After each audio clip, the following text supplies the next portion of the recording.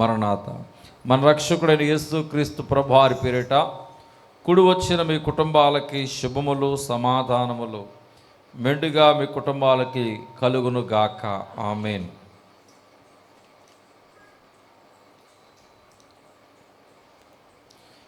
దేవుని ప్రియ సంఘమా,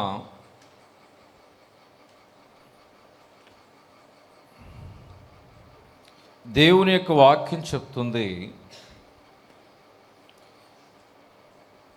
ఏమని చెప్తుందంటే, మీరు యోగ్యముగా తీసుకోవాలి బల్లారాధన, అయోగ్యముగా దానిని మీరు తీసుకొనకూడదు, ప్రతి ఒక్కడు పరీక్షించి తీసుకోవాలని దేవుని యొక్క వాక్యము చెప్తుంది. దేవుడి నామానికి మహిమ కలుగును గాక. కాబట్టి ఎవడు అయోగ్యముగా ప్రభు యొక్క రొట్టెను తిననో లేక ఆయన పాత్రను త్రాగనో వాడు ప్రభు యొక్క శరీరమును గూర్చి రక్తమును గూర్చి అపరాధియగును. కాబట్టి ప్రతి మనుష్యుడు తన్ను తాను పరీక్షించుకొనవలెను. అలాగు చేసి ఆ రొట్టెను తిని ఆ పాత్రలోనిది త్రాగవలెను. దేవుడి నామానికి మహిమ కలుగును గాక. పరిశుద్ధ సన్నిధిలోనికి వచ్చినప్పుడు ఏ దైవజనుడు చెప్పినా ఒక్కోసారి మనకి అంగీకారయోగ్యంగా ఉంటుంది, ఒక్కోసారి అంగీకారయోగ్యంగా అనిపించదు. అంటే అడ్జస్ట్ అవ్వలేం, ఆ వాక్యాన్ని వినాలన్నా ఇబ్బందికరంగా ఉంటుంది. అంటే నీ శరీరము నీ ఆత్మ దేవుని యొక్క వాక్యానికి విరుద్ధంగా నడుస్తుంది. అంటే దేవుని యొక్క వాక్యానికి లోబడే తత్వం నీ శరీరానికి లేనప్పుడు, నీ ఆత్మకు లేనప్పుడు అక్కడ సంఘర్షణ ఏర్పడి వాక్యం మీద నీకు ఒక దురాభిప్రాయం, చెప్పే దైవజనుడి మీద దురాభిప్రాయం అనేది కలుగుతుంది. దాన్ని విని నీవు నడిచి ప్రవర్తించినప్పుడు, నడుచుకున్నప్పుడు ఏమాత్రము కూడా తలదించకుండా, అతిశయించకుండా చక్కగా నీతిమంతుల వలె సింహములాగా ధైర్యంగా ఉంటూ, నిజమే కదా, నేను వాక్యాన్ని అనుసరిస్తే నడుస్తున్నా, గైకుంటున్నాను, ప్రవర్తిస్తున్నానని ధైర్యంగా చెప్పేటప్పుడు ఇంకా నేను ఆధ్యాత్మికంగా నేర్చుకోవాలి, ఆధ్యాత్మికంగా ఇంకా బలపడాలి, ఏది చేసినా దేవుడే చేయాలి, నిలబెట్టినా దేవుడే నిలబెట్టాలి, పడగొట్టినా దేవుడే పడగొట్టాలి అని దేవుని మీద ఆధారపడిన వాడు తూచా తప్పకుండా దేవుని యొక్క మాటలను శ్రద్ధగా ఆలకించి నడుస్తాడు. క్రైస్తవుని యొక్క ఆశీర్వాదాలు దేవుడు చాలా విషయాల్లో పెట్టాడు, కానీ మనిషి యొక్క బుద్ధికి కూడా చేతికి కూడా దేవుడు పరీక్ష పెట్టాడు. దేవుడి నామానికి మహిమ కలుగును గాక. కాబట్టి మనమందరం కూడా పరీక్షించి తీసుకోవాలి. దేవుడు చాలాసార్లు మనకు గద్దిస్తున్నాడు. ఎన్నిసార్లు గద్దించినను ఆ గద్దింపుకు లోబడిన వాడు హఠాత్తుగా నాశనమగును. గద్దిస్తూ ఉన్నాడు దేవుడు, ఆ గద్దింపుకు లోబడాలి. కాబట్టి నేను స్వార్థముగా మీకు చెప్పటం లేదు, కానీ మీకు ఫలము కలుగుటకై ఇటు యొక్క వాక్యం చెప్తున్నాను. మేలైన మాటలుంటే తీసుకోండి, కీడైన మాటలుంటే విడిచిపెట్టండి. కాబట్టి ఒక వ్యక్తికి, చదువుకుంటున్న బిడ్డలకి ఓట్స్లోకి ఎప్పుడు వెళ్తారంటే, లెటర్స్ వచ్చినప్పుడు ఓట్స్లోకి వెళ్తారు. లెటర్స్ రానప్పుడు నేర్పినవే నేర్పుతూ ఉంటారు. దేని స్తోత్ర. కాబట్టి నేర్చుకున్నాక నేర్పిన వాటిని మరలా నేర్పరు, నేర్చుకున్నాక నేర్చుకున్న వాటిని మరలా నేర్పరు. ఒకవేళ వాటిని నేర్చుకున్నట్లయితే నేర్చుకుని వాటిని మరలా నేర్పుతారు. పూర్ణనయ్య గారని మన మందిరంలో ఉండేవారు. ఎప్పుడు కూడా ఆయన చెప్పిన వాక్యం చెప్తూ ఉండేవాడు. చెబుతుంటే విశ్వాసులు కొందరు అన్నారు, అయ్యా అన్నయ్య గారు ఇప్పుడు కూడా చెప్పిన వర్తమానమే చెప్తున్నారు, కొత్తది ఏదైనా చెప్పవచ్చు కదా అని. చెప్పవచ్చుగా మీరు అన్నారు.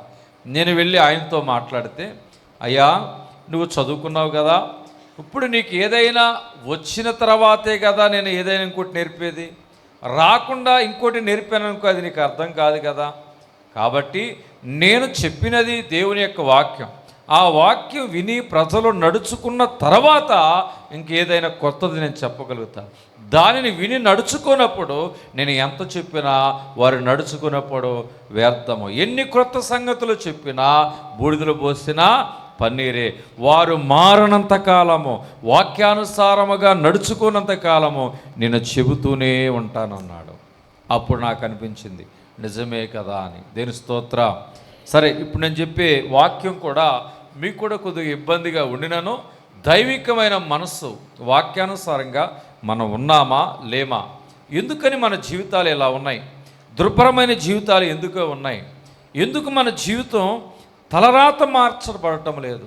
దేవుడు నమ్ముకున్నావు మంచిదే, దేవుడు నమ్ముకుని దేవుళ్ళు బలంగా సాగుతున్నావు మంచిదే, వాక్యం చదువుతున్నావు, ప్రార్థన చేస్తున్నావు, పరిచర్య చేస్తున్నావు, పండుగలు ఆచరిస్తున్నావు, నీవు చక్కగా అన్ని విషయాల్లో ఫాస్టింగ్ ప్రేయర్స్లో కూడా ఏకీభవిస్తూ కడుపు మార్చుకుని శరీరాన్ని నలగొట్టుకుంటున్నావు. కానీ నీ స్థితిగతి పరిస్థితులు ఏమాత్రం కూడా మార్చబడటం లేదు. ఎక్కడ వేస్తున్న గొంగలి అక్కడే అన్నట్లుగా ఉంటుంది. దానికి కారణము మెయిన్ ఏమిటి అంటే చూడండి, మనము దేవుడు వాక్య ప్రకారంగా కొన్ని సంగతులు మనం పాటించినప్పుడు మాత్రమే మన జీవితం మార్చబడుతుంది. ఆ క్రమం ఏంటో నేను మీకు చెప్తాను. దాన్ని విని మీరు ఆధ్యాత్మికంగా బలపడండి. మీరు దీవించబడాలి, నేను ఆశీర్వదించబడాలి, దేవుని వలన నేను నమ్మాను అన్నవారు మాత్రమే ఫాలో అవ్వండి. మీకేమైనా ఇబ్బంది ఉంటే నేను మట్టుకు అది చేయలేను, నా వల్ల కాదంటే మీ లైన్లో మీరు వెళ్ళిపోండి. దేని స్తోత్రం.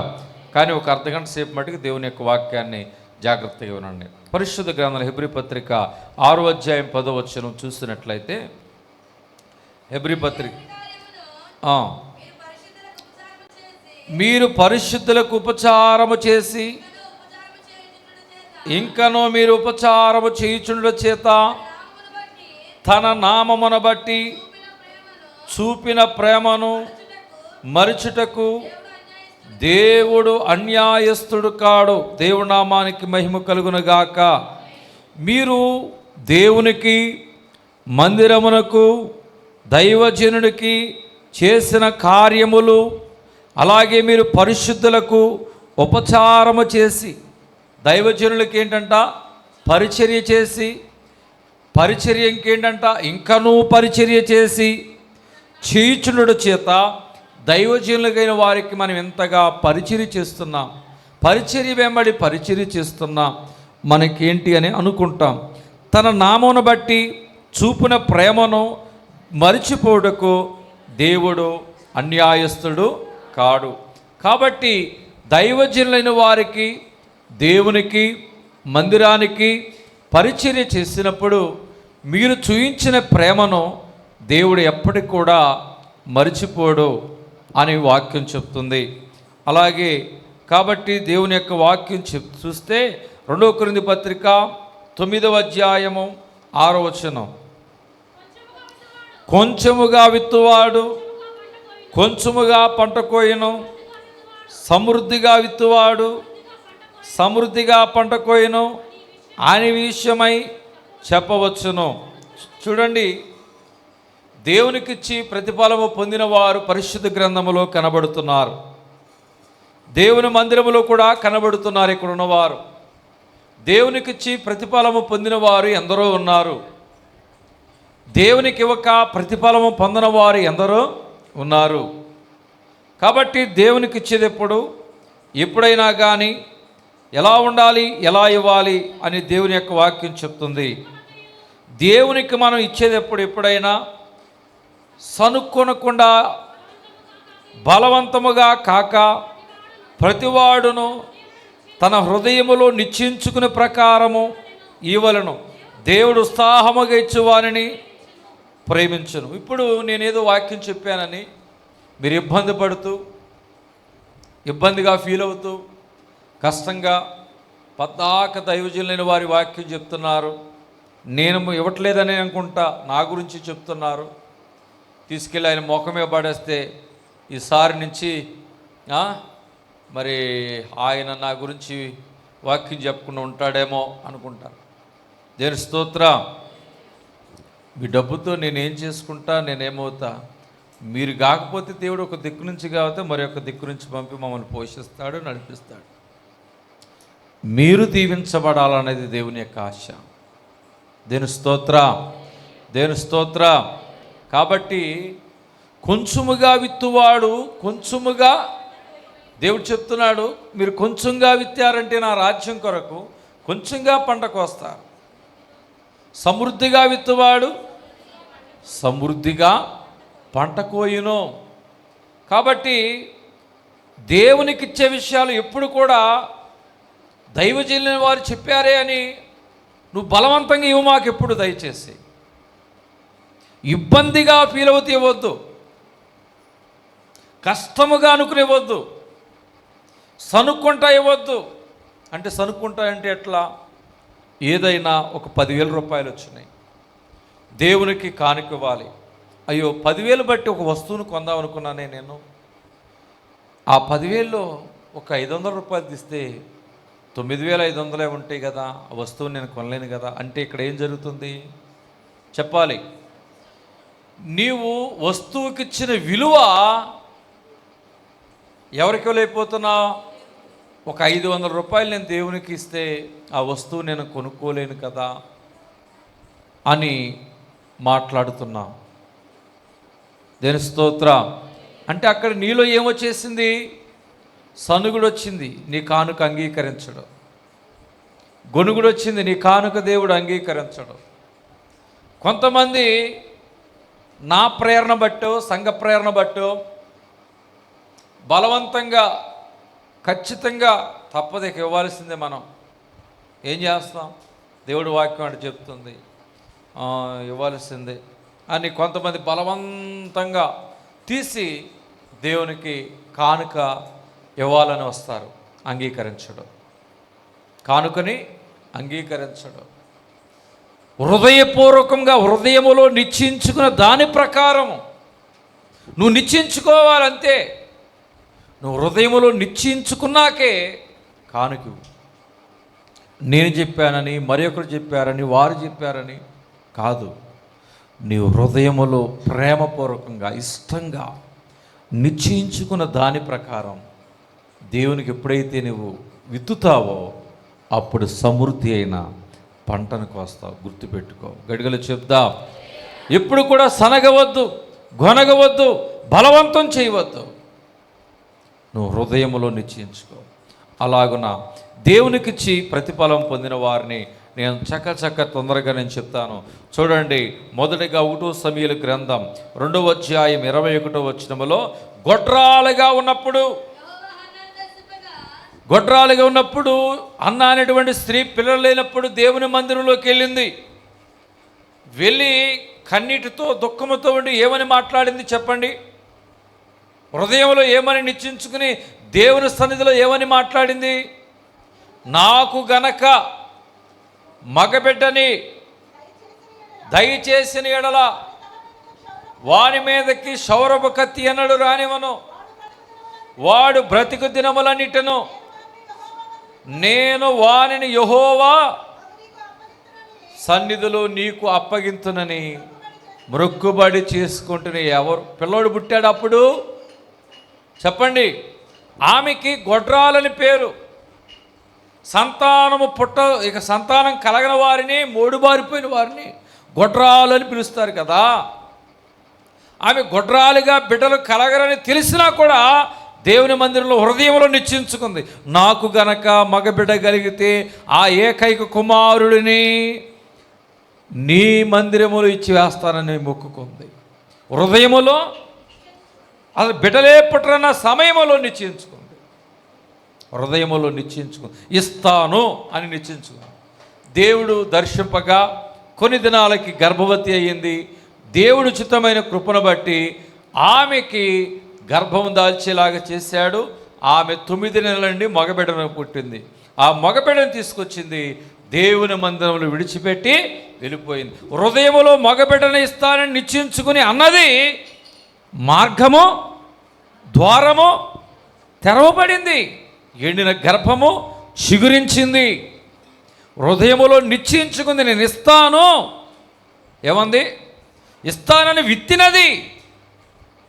ఎప్పుడైతే విత్తినదో, ఇస్తానని అన్నదో, అప్పుడు ఎండిన గర్భాన్ని ఏం చేశాడు? చిగురింపచేశాడు. చిగురింపచేసి ఆ మృక్కుబడి ప్రకారంగా మగబిడ్డ పుట్టగానే ఇచ్చేసింది. లేక లేక పుట్టాడు మగబిడ్డ. ఆ లేక లేక పుట్టిన ఏకైక కుమారుని అనుకున్న ప్రకారంగా ఇచ్చేసింది. దేవుడు అన్యాయస్తుడా? కాదు. ఆ ఏకైక కుమారుడైనటువంటి సమూయేలు ఇచ్చేస్తే మరలా బిడ్డ బాధపడకూడదని, ఆ ఒక్కగానొక కుమారుని ఇచ్చి నాకు బిడ్డలు లేరని బాధపడకూడదని, ఇచ్చిన దాన్ని బట్టి దుఃఖపడకూడదని, రెట్టింపు ఆశీర్వాదం, రెండంతల ఆశీర్వాదం ఇవ్వాలని దేవుడు ఆమెకు మరలా 3 మగబిడ్డలని 2 కుమార్తెలను దేవుడిచ్చాడండి. గట్టిగా చెప్తా హల్లెలూయా. దేవునికి ఒకరినిస్తే దేవుడు ఎంతమందిని ఇచ్చాడు? 5 సంతానాన్ని ఇచ్చాడు. ఎంతమందిని ఇచ్చాడు? ఎవరు చెప్పారు ఆమెకి ఇవ్వమని, బిడ్డనివ్వమని? గర్భఫలమైన నా జ్యేష్ఠ పుత్రుని నీకిచ్చిన. ఈ కానుకలు అడిగితే గుళ్ళో కూడా కనపడరా మీరు? ఏ కానుక చెప్పండి? మీ గర్భఫలం అనే కానుక కావాలని దైవజనుడు అడిగితే ఆయన ఏంటమ్మా పుట్టిన బిడ్డలను అడుగుతున్నాడు అంటారు మీరైతే. కానీ ఆమెను ఎవ్వరూ అడగలేదు. నాకు పుట్టిన ఏకైక గర్భఫలము సమూయేలుని నీకు ఇచ్చేస్తానంది. బిడ్డ పుట్టక మునిపే మొక్కుంది. బిడ్డలు పుట్టలని తెలిసాక మొక్కుంది. అప్పుడు దేవుడు కార్యం చేశాడు. కార్యము జరగక మునిపే విత్తటం నేర్చుకోండి, పంటను మీరు కోయగలుగుతారు. ఆమని చెప్తా. ఒక కార్యం జరగాలంటే నువ్వేం చేయాలి? విత్తాలి. పంటను కోయాలి అంటే ముందు నువ్వేం చేయాలి? విత్తాలి. ఆమె విత్తినది, పంటను కోసింది. దేవునికి ఒక మగబిడ్డనిచ్చి ఒక విత్తనం విత్తి 5 సంతానాన్ని, పంటను చూడగలిగింది. మొదటిగా దేవునికిచ్చి ప్రతిఫలము పొందినది ఎవరంటే చెప్పండి? అన్నా. రెండవదిగా దేవునికిచ్చి ప్రతిఫలము పొందిన రెండో వ్యక్తి ఎవరంటే 1 రాజులు 17వ అధ్యాయం 12వ వచనములో సారేపాతు విధవరాలు కనబడుతుంది. ఏలియా కాలములో సారేపాతు విధవరాలు ఇంటికి కరువు కాలం ఉండగా ఏలియా ఇంటికి వచ్చినప్పుడు, అమ్మా నీ దగ్గర ఏముందని అడిగితే, నా ఇంట్లో ఇదిగో నూనె కుండ, అలాగే కొంచెం పిండి మాత్రమే ఉందంటే ఆయన అన్నాడు, నీకు కలిగిన దానిలో నుండి నన్ను పోషించమని అడిగాడు. అయ్యా నా దగ్గర కొంచెం పిండి కొంచెము నూనె ఉంది, నాకు నా కుమారుడికి మాత్రమే సరిపోద్దంటే దానిలో నుండే మొదటి అప్పము చేసి నన్ను పోషించమన్నాడు. దేవుని స్తోత్రం. అంటే నీకు కలిగిన దానిలో నుండి, నీకు కలిగిన దానిలో నుండి నాకు ఇవ్వమని అడిగాడు. అయితే నాకు చాలదయ్యా అంది. లేదమ్మా, నీకు కలిగిన దానిలో నుండే, నువ్వు తినే అప్పములో నుండే, నీకు కలిగినటువంటి తొట్టిలో పిండి ద్వారానే, నూనె ద్వారానే ముందుగా నాకు అప్పము చేసి తీసుకురా అన్నాడు. ఇప్పుడు మనం ఏం కలిగి ఉన్నాం? ఏ వ్యాపారం కలిగి ఉన్నాం? ఏ వ్యవసాయం కలిగి ఉన్నాం? ఏ పాడిని కలిగి ఉన్నాం?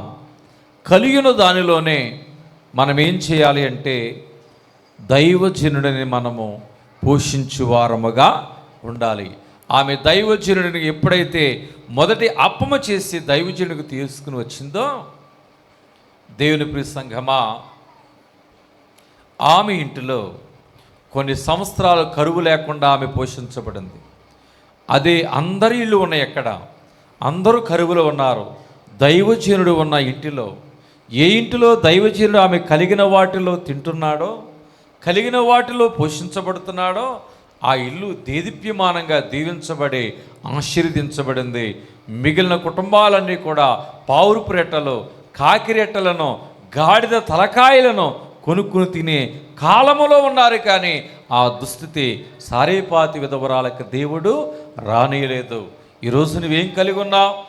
గొర్రెల మందన, మేకల మందన, పశువుల మందన, వ్యాపారమున, వ్యవసాయమున నువ్వేం కలిగి ఉన్నావో దానిలో దేవుని సేవకుడైన దైవజనుడిని నీ కలిగిన దానిలో దాని ద్వారానే నీ దైవజనుడిని పోషించాలి. చాలామంది దైవజనులు ఉంటారు, కానీ నీ దైవజనుడు నీకు తెలియాలి. నీ దైవజనుడు నీకు తెలియాలి. ఎవరు? నీ ఆత్మలను కాయుచున్నవాడు, నీ ఆత్మనే కాయుచున్నవాడు, నీ ఆత్మను పోషించుచున్నవాడు, నీలో ఉన్న దుష్టత్వాన్ని మరల్చుచున్నవాడు నీ దైవజనుడు నీకు తెలియాలి. దేని స్తోత్రం, దేని స్తోత్రం. కాబట్టి మిక్కిలి అల్పులైన వారికి ఇచ్చిన ఎడల నాకు మీరు ఇచ్చినట్లే, అలాగున దేవుని సేవకుడికి ఇచ్చుటను బట్టి ఆమె ఏమైందంటే, దేవుని ప్రియ సంఘమా అనేక దినాలు పోషించబడ్డారు. ఆ కుటుంబం ఏమైందంటే తృప్తిపరచబడి, కరువు కొట్టివేయబడి సమృద్ధిలో దీవించబడింది. సారేపాతు విధవరాలి కుటుంబం అంటే కలిగిన దానిలో నుండి వేరు చేసి ఆమె ఏమి కలిగిందో దానిలో నుండి దైవజనుడికిచ్చి పోషించింది. మొదటిగా ఒక అప్పం ఇచ్చింది, దేవుడు సమృద్ధినిచ్చాడు. గట్టిగా చెప్తా హల్లెలూయా. అలాగే మనం కూడా ఎప్పుడైనా సరే యెహెజ్కేలు గ్రంథం 44:30 అనుకుంటా, ఇదిగో మీ ప్రతిష్టార్పణలన్నిటిలోనూ తర్వాత మీ యొక్క భోజన పదార్థం మొదటిగా తొలుచులు వాటన్నిటినీ మొదటియు, ప్రథమ ఫలములన్నిటినీ మొదటియు యాజకులు వగును. మీ కుటుంబాలకి ఆశీర్వాదం కలిగినట్లు మీరు ముందుగా పిసుకున్న పిండి ముద్దను యాజకులకు ఇవ్వవలెను. దేవుని స్తోత్రం. కాబట్టి మొదటిది దేవునికి ఎప్పుడైనా మనం తీయాలి. మొదటిది దైవజనులకు ఇస్తే అది వారు తినిన ఎడల మీ కుటుంబాలకు ఆశీర్వాదం కలుగుతుందని దేవుని యొక్క వాక్యం చెప్తుంది. ఈ దినాల్లో దైవజనులకి సేవ అధికముగా ఉంటుంది. ఒక చోట సమాధి చేయాలి, ఒక చోట పెళ్లి చేయాలి, ఒక చోట గృహప్రవేశం చేయాలి. దైవజనులైన వారికి చాలా పనులు ఉంటాయి. మీకు 2-3 కొడుకులు కూతుళ్ళు ఉంటేనే మీకు టైం ఉంటుందా? మరి చూడండి, అనేక వేల మరి సంఘం ఉన్నది కదా, 100 మంది సంఘం ఉన్నారు కదా, అందరూ బిడల వంటి వారే. ఒక్కొక్కరు అందరూ అదే టైంలో ప్రోగ్రామ్స్ కండక్ట్ చేసుకుంటారు, అందరి ఇళ్ళకి వెళ్ళాలి. కాబట్టి మేము అనుకుంటాం, చూడండి అందరితో పాటు కూర్చోవాలి, అందరితో పాటు మేము కూడా భోజనం చేయాలని ఆశపడి వెళ్తాం. కానీ ఆ టైంలో ఏమవుతుందంటే అదే టైంలో బంధువులందరూ కూడా వచ్చేస్తారండి. దేవుని స్తోత్రం. మీరేం చేస్తారంటే, అమ్మో దైవజనులు వచ్చేసారని మీరు వెళ్ళి ఏం చేస్తారు, చైర్స్ అన్నిటిని ఆపేస్తారు. అక్కడ బంధువులు ఏమంటారో తెలుసా, ఎరా మీరు భోజనానికి పిలిచారు, భోజనం పెడతానికి పిలిచి కుర్చీలన్నీ ఆపివేస్తున్నారు, మీరు భోజనానికి పిలిచిన వాళ్ళు కుర్చీలు ఆపే లెక్కైతే మమ్మల్ని ఎందుకు పిలిచారా, వాళ్ళనే పిలుచుకుని భోజనం పెట్టుకోపోయారా, మమ్మల్ని ఎందుకు పిలిచి కుర్చీలో కూర్చోనికుండా కుర్చీలు ఆపుతున్నారని రెవల్యూషన్స్ వస్తాయి. అక్కడ మాటలు వస్తున్నాయి, మేము తింటాకి రాలేదా, మీకేమో మా అర్జెంట్ మీకు తెలుసు, వాళ్ళకి తెలియదు కదా. కాబట్టి నేను మీకు చెప్పేది ఏంటంటే, మీరు ఏ కార్యక్రమం చేసుకున్నా వేరు చేసి ముందుగా దైవజనుల లోపల తీసుకెళ్ళి వారికి ఆతిథ్యం ఎలా చేయాలన్నది ప్రోగ్రామ్ అసెండ్ చేసుకుని మీరు ఆ కార్యక్రమాన్ని జరిగించండి. వారు ఆ కార్యక్రమం చేసి వారిని తొందరగా పంపిస్తే మరి యొక్క దేవుని పరిచర్యలోకి వారు వెళ్ళిపోతారు. గడిగలు చెప్దాం హల్లెలూయా. నీదే ప్రోగ్రాం అనుకోండి, 1 గంటకల్లా రావాలి. మేము వేరే చోట పెళ్ళికి వెళ్ళాము, అక్కడ భోజనంలో బంతిలో కూర్చోవాలి, ఒక బంతి వెంబడి ఒక బంతి వెంబడి ఒక బంతిలో జనం కూర్చున్నారు, ఖాళీ లేదు. నువ్వు ఫోన్ చేస్తూ ఉంటావు, అయ్యా రావట్లేదేంటి అంటారు. ఇక్కడ ఏంటి చెప్పండి, భోజనాలకి ఫుల్ బిజీ అయిపోయింది. పెళ్లివారిని ఏమనలేం, వచ్చిన బంధువుల్ని ఏమనలేం, అడిగి ఒక ముద్ద ప్లేట్లో పెట్టామో తినని అనలేం. కంగారు పడతాడేంటి దైవజనుడు, కాసేపు ఆగలేకపోతున్నాడు తిండికి అంటారు. దేవుని స్తోత్రం. కాబట్టి దేవుని వాక్య ప్రకారం మీరు ప్రతిష్టార్పణలో మొదటివి వేరు చేసి మీ ఇంటిలోకి వేరు చేయండి. వారు తిన్నా తినకపోయినా దేవుని వాక్యానికి ఇంపార్టెన్స్ ఇచ్చి వాటిని ఏం చేయాలి, ముందుగా మీరు లోపల పెట్టేసేయండి. దేవుని స్తోత్రం.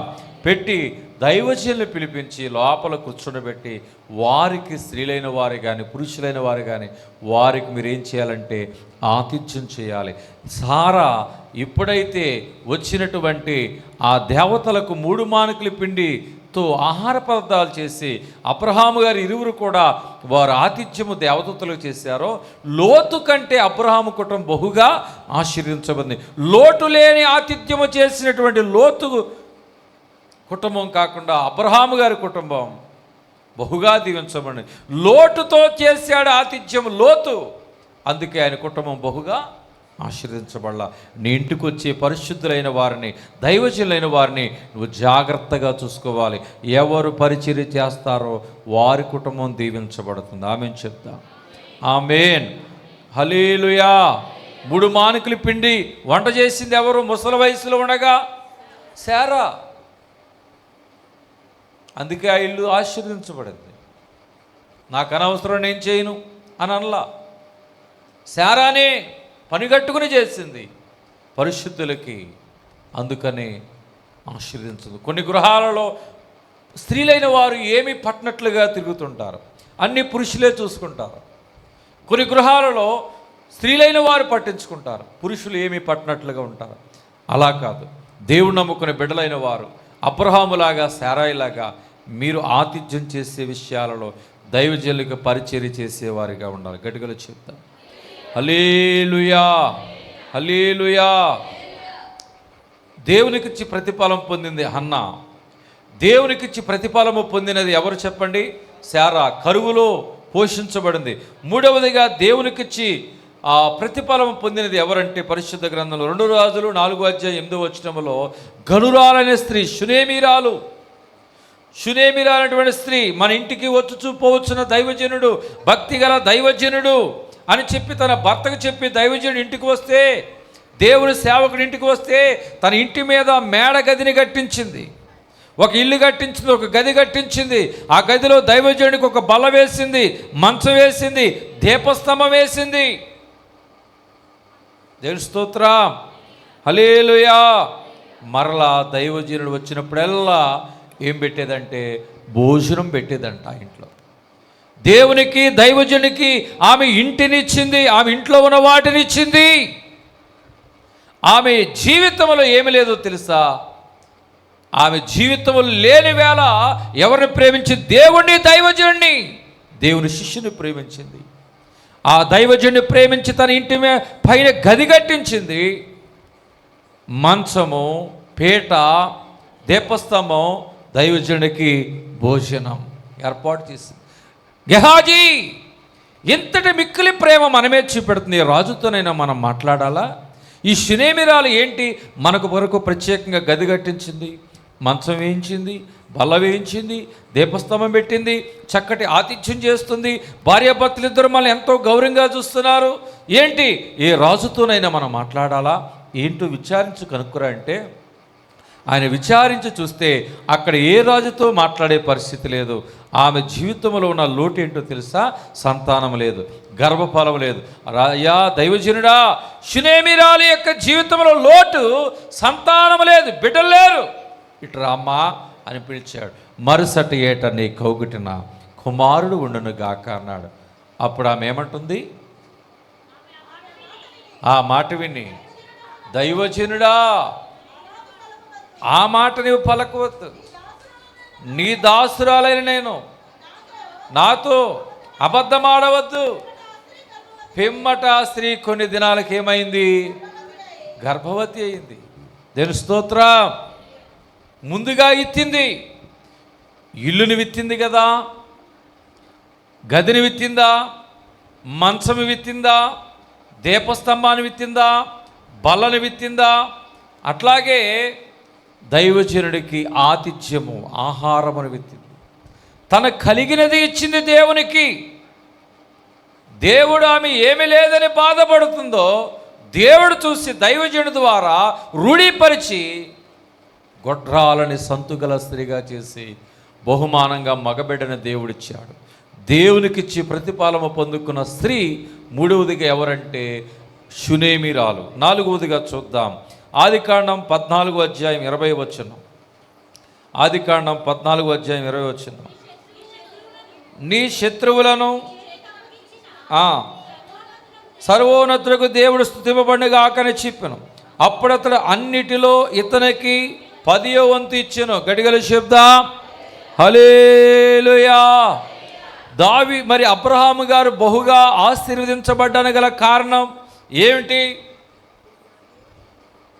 అబ్రహాము గారు దేవుని కంట అన్నిటిలోనూ 10వ వంతు ఇచ్చాను. అన్నిటిలో. మనమైతే కొన్నిటిలోనే దేవునికి భాగముని వేరు చేస్తాం, కానీ అబ్రహాము గారైతేనంట అన్నిటిలోనూ, ప్రతి పనిలోనూ, ప్రతి వ్యాపారములోనూ, ప్రతి ఉద్యోగములోనూ, ప్రతి వ్యవసాయములోనూ, అన్నిటిలో తనకు వచ్చు రాబడి అన్నిటిలో 10వ వంతు వేరు చేశాడు. హెబ్రీ పత్రిక 7వ అధ్యాయం 1వ వచనం.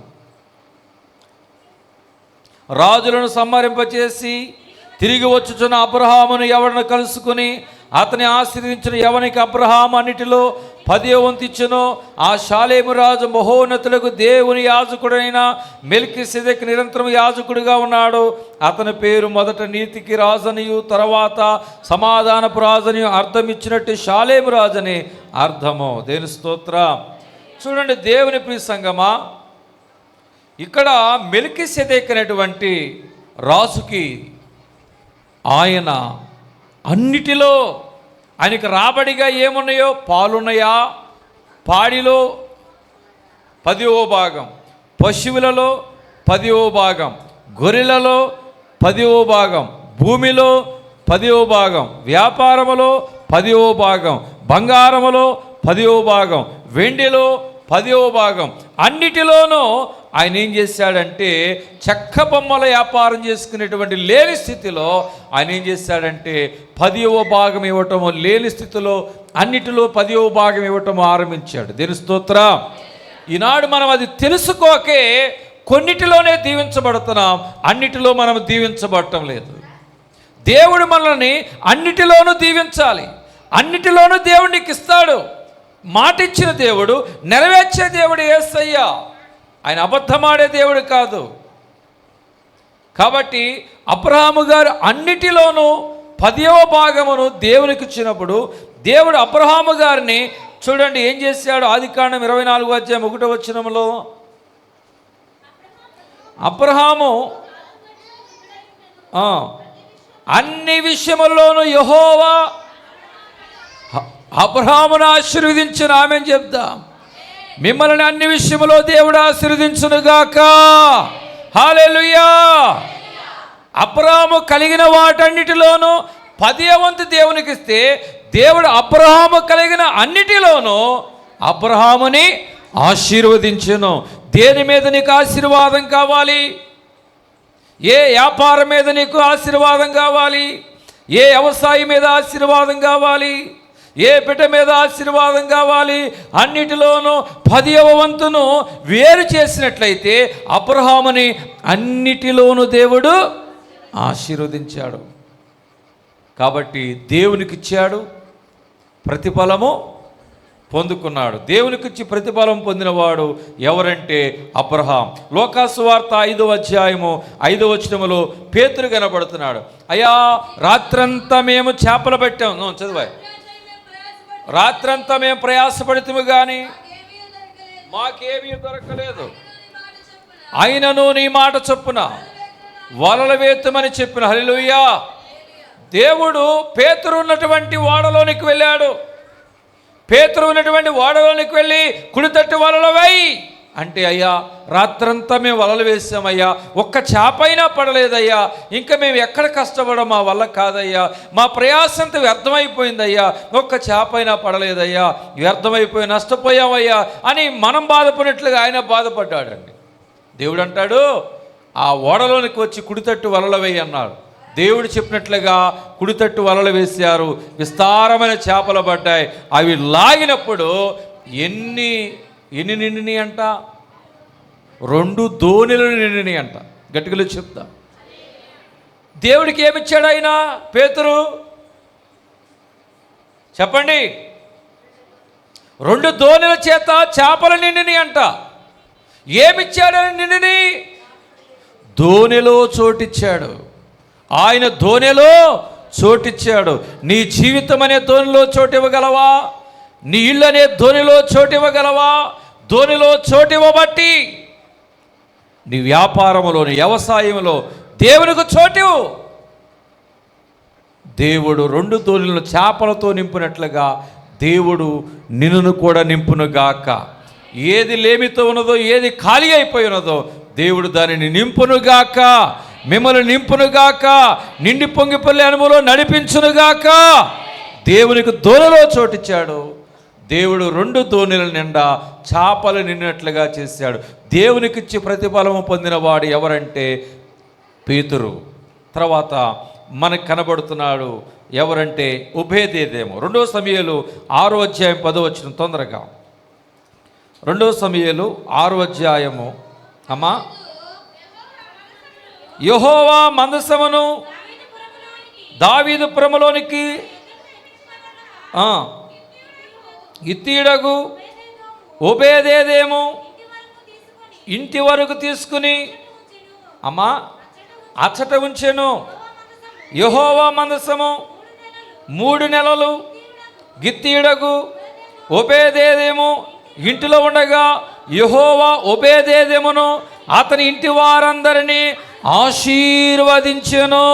దేవుని మందసం ఉండుట వలన యెహోవా ఒబేదేదేము ఇంటి వారిని అతనికి కలిగిన దాని అంతటిని ఆశీర్వదించుచున్నాడు.